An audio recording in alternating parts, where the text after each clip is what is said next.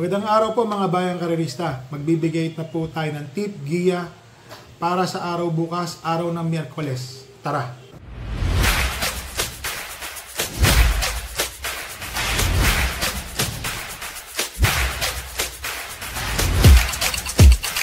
Mga bayang karerista, meron po tayo mga pinatakbong kabayo. So 3 kabayo po yung napatakbo natin at good news po, na-lift po yung suspension kay Fictional.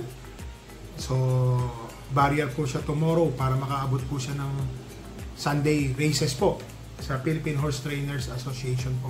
Sana po maganda po ipakita niya bukas. So, magbigay na po tayo ng tip at giya para bukas po, araw ng Miyerkules, October 11, 2023. So, dito po sa race number 1, mga bayang karerista, ang first choice ko po dito is ito pong entry number 1 na si Summerlin. Para sa akin po, meron po siyang 1.15 sa barrier niya, marami po yan. Yan po yung tinitingnan namin. Ang second choice ko po yung entry number 5 na si Angel's Crown. Papatnubayan po ni... Swerte po itong bata na to, yung apprentice na si BJ Galieta. Medyo, alam naman, lahat naman ng sakay niyan. Napapabor po yan. Saka yung mga apprentice rider natin, nabibigyan po ng magandang break po talaga. So yan po ang second choice ko. Naglagay po ako ng third choice, isang matuling kabayo, yung On Eagle's Wings. Baka mamaya meron po na po itong naitatagong buti, makalayag po, mapabayaan sa unahan. Dahil nakita ko po yung mga ibang matulin dito, kagaya po ng Rock to the East, tinuturuan na po siyang kamemate. Baka mamaya mauna po yung numero 6, pabayaan, mananalo po yan. Dihado po. So dito po sa race number 1, first choice po, entry number 1, Summerlin. Second choice po, entry number 6, Angel's Crown. Third choice po, entry number 6, On Eagle's Wings. So dito na po tayo sa race number 2, mga bayang karerista. Combine po ito, merge po ito ng rating 22 to 27, 28 and 33. So ang first choice ko po dito, yung pong entry number 7 na si Alazabon. So another BJ Galieta ride po ito. May takbo po ito na segundo, dihado po yan. So sa tingin ko po, may panalo po itong kabayo na to. Ang second choice ko po ay matuling kabayo na entry number 6, Success of Times. So ito po kasi si Success of Times, may tulin po ito, di ba? 1,200 meters po. Baka mamaya po, mapabayaan, wala po ako nakikitang ibang matulin dito sa karera na to. Maliban lang po sa entry number 6 na si Success of Times po. So dito po sa race number 2, first choice po, entry number 7, Alasabon. Second choice po, entry number 6, Success of Times. So dito na po tayo sa race number 3, mga bayang karerista. May kabayo po tayong tatakbo dito, si Doña Chichay. Labas po yan. Yun nga lang po, ang dami po nilang matulin. Kagaya po nung first choice ko po, another BJ Galieta ride po, yung entry number 3 na si Double Happiness. Yan po ang first choice ko kasi iba po umeri itong kabayo na to. Basta pag kinayog po ng bata to, uunat po ito. So, siya po ang first choice ko rito. Ang second choice ko po yung Advance Party. Mabuti po ito. Maganda po yung pinanalo po nito nung nakaraan. Si Advance Party, natuturo ang sumunod po yung kabayo. So, para sa akin, yan po ang isang makakalaban, si Advance Party. So, nilagay ko lang pong panersa rin kabayo natin, si Doña Chichay. Alam naman natin pong kabayo ko na to, pag hindi po ito nauna, alam niya na, walang panalo. Pero, pinapagawa ko po ng paraan. Ang instruction ko po ngayon, ayusin yung kabayo, kumpletuhin yung dapat kumpletuhin, yung preparasyon para bukas. So, ginagawa na po yan. Labas po yan. So, instruction ko po dyan. Kung kayang mauna, iuna na. Wala nang lilingunin pa. Yun po ang matinding instruction ko. Ganun po ako mag-instruct sa trainer ko. So, gaya ng sinabi niya, depende po sa akin. Kung isasabay na sa unahan, sinabi ko, iuna na po yan. So, kaya tingin ko po, may tsamba naman po tayo. Yun nga lang, meron pang isang Rockaway na ang galing nung pinarimate nung nakaraan. 59 po ang tinapos ni Rockaway sa 1,000 meters. Kaya mag-o-open na po ito sa mga deremate pag nagkahabulan po kami dito. So, yun po. So, ang first choice ko po, entry number 3, Double Happiness. Second choice po, entry number 1, Advance Party. Third choice ko lang po yung kabayo ko na si Doña Chichay. May panalo naman po yan. Dito na po tayo sa race number 4, mga bayang karerista. 1,200 meter race po. Ang first choice ko po dito, medyo dihadista po talaga ako. Yung entry number 3 na si Beatrius po. Medyo alam ko naman na deremati to, kaya lang baka mapahirapan po yung panigunda ko. Ang panigunda ko po yung entry number 6 na si Iikot Lang. baka mahabol po siya agad ni Fast Sailing at saka ni National Treasure. Alam ko po may angking tulin po din itong si National Treasure. Pero kung mapapabayaan po si Ikot lang, baka yung panigunda ko, baka tumapos po ng karera. So dito po sa race number 4, first choice po, entry number 2, Betrius. Second choice po, entry number 6, Iikot lang. Segundo nga pala nung nakaraan si Ikot lang, medyo may kalakasan lang po yung kalaban niya. Pero bumabalik po siya. Nasa numerong mababa po siya noon, ngayon po nasa labas na siya. Baka sakaling hindi na po mahirapan yung kabayo. So dito na po tayo, bayang karerista. Sa race number 5 po. Meron pong 8 runners ito. Third choice ko na naman po dito yung kabayo ko, si Rain Go Away. First choice ko po dito, entry number 6, Mr. Manileñal. Si JR De Ocampo po ang papatong dito. Alam niyo naman, dito naman sa karera na to, kampihan po yan eh. Pag hindi po umabol yung isa, tapos na po yan kay Mr. Manileñal. Ganun lang po yung karera eh. Kung mapapansin nyo, tumakbo na rin po nung nakaraan sa Nun Lake. Medyo hindi po maganda eh. Yung tinakbo ni Sun Moon Lake. So, ganun po talaga ang karera. Kaya ang first choice ko po dito, entry number 6, Mr. Manileñal, matuling kabayo. Parating laban po yung kabayo niyan. Napapansin ko po dyan. Ang second choice ko po dito, yung entry number 3, Darimati po, si El Mundo. Yung nga lang po, hindi po pabor sa kanya yung distansya, 1,200 meter race. Pero may panalo naman po.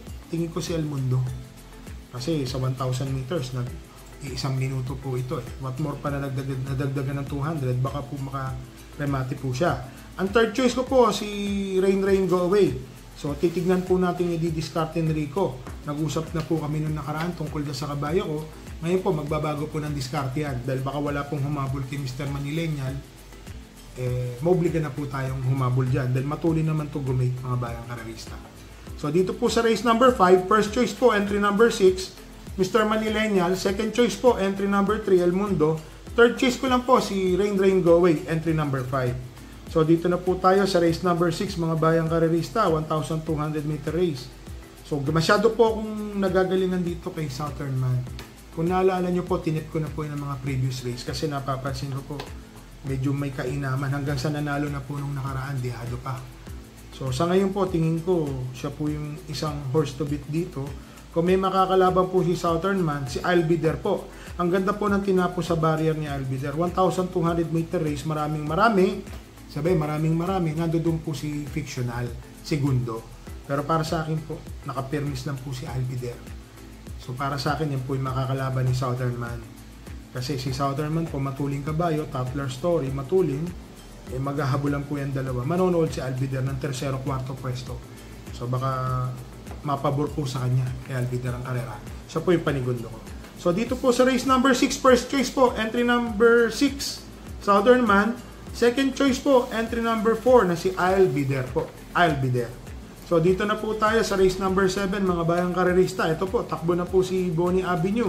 Patnubayan po ni Jackie Rico Suson po yung kabayo natin. Ang galing po na nakalaban. Si Catherine, napakainan po daw ni Catherine, balita ko po. So alam ko, nabenta na po yung kabayo niyan. Di na po ata pag-aari ni Boss Jun Sibilia. Parang pag-aari na po ni sino ba yun? Nabanggit po sa akin ng trainer. Under the trainership na po ata siya ni Jess Pabilik po. Ni trainer Jess Pabilik. Napapansin po yan sa ensayo ng trainer ko na magaling bago po nila nabili. Kung mabuti na po si Catherine. So, first choice ko po, entry number 6, Catherine po. Basta sinasabi ko pa, mabuti yan. Ang second choice ko po, entry number 7, si Blue Mist. Sasakyan po ni O'Neil Cortez. So, sa tingin ko po, pag bumandera po si Catherine, baka mapahirapan po siya ni Sky Plus or ni Blue Mist. Sama na natin si Within Reach. Mag-o-open up po yung karera sa ibang dilemate. Labas po yung kabayo natin dyan. Ginilagay ko lang po na third choice, si Bonnie Avenue. Nung nakaraan po, ang binarrier niyan is 1.15. So, kung mag-i-improve lang po yung kabayo ko ng mga isang segundo, 1.14 plus 14, 1.29, 1.28, baka sakali yung manalo. So, may tsamba naman po yan, si Bonnie Avenue. Third choice ko lang po siya. So, dito po sa race number 7, first choice ko po dito, entry number 6, Catherine. Second choice po, entry number 7, Blue Mist. Third choice ko lang po, si Bonnie Avenue, entry number 5. So, dito na po tayo sa race number 8, mga bayang karerista. May kahirapan po ito para sa akin. 10 entries, pero para kung tinitignan ko po ito, nasa 6 po may panalo rito sa kabayo na, sa karera na to. So, ang first choice ko po dito, yung entry number 9 na si Arobaito-san. Kung titignan nyo po, baka madihado pa po itong si Arobaito-san. So, tinitingnan ko po yan kasi may inang po talaga yan. Ang second choice ko po dito, yung entry number 3 na si Wild Eagle. Papatnubayan po ni NJ Esteban. So, swerteng kwadra po ito kay Boss James Sabano. Nakailang panalo po sila nito mga nagdaang nakaraan linggo, araw ng Don Juan. So, congrats po kay Boss James Sabano. Ang galing po ng mga kabayo niya. So, nakakadihado, nagkakaroon po ng carryover. Ang galing, magagaling po yung kabayo ni Boss James. Siya po ang third choice ko, si Wild Eagle. Ang second choice ko. Ang third choice ko po, entry number 7, Smiling Lady. Ito po kasing si Smiling Lady, pag napabayaan po ito sa unahan, tututok lang po ito kay Sinag. Baka tumapos po ng karera, kakaabang po niya kay Sinag. Opo, yun po ang nakikita ko pong magiging diskarte po ni Smiling Lady. So mga bayang karirista, dito po sa last race, ang first choice po, entry number 9, Aerobaito-san. Second choice po, entry number 3, Wild Eagle. Third choice po, entry number 7, Smiling Lady. So mga bayang karirista, ito po, may good news po nangyari. So kung mapapansin nyo po, magbabarrier po. Vicious barrier po yung kabayo po natin. Si Fictional. Opo, magbabarrier. So ganap na alas 5 ng hapon bukas, araw ng Miyerkules, si Rico po ang sasakay. So kung mapapansin nyo po, si Fictional po kasi nung nakaraan, yung findings grade 3 lameness. Nailip naman po yun. Kaya lang kailangan po niya mag-barrier po. Yun po yung mapapatunayan na wala po siyang problema. So ensayo, naisubmit namin yung birth certificate, na fit to run, naisubmit din namin yung x-ray, wala pong nakita. So maraming salamat po sa Philippine Racing Commission na pagbigyan po yung aming request. So maraming salamat po sa inyo. So ito po mga bayang karirista, shoutout muna tayo kay Mr.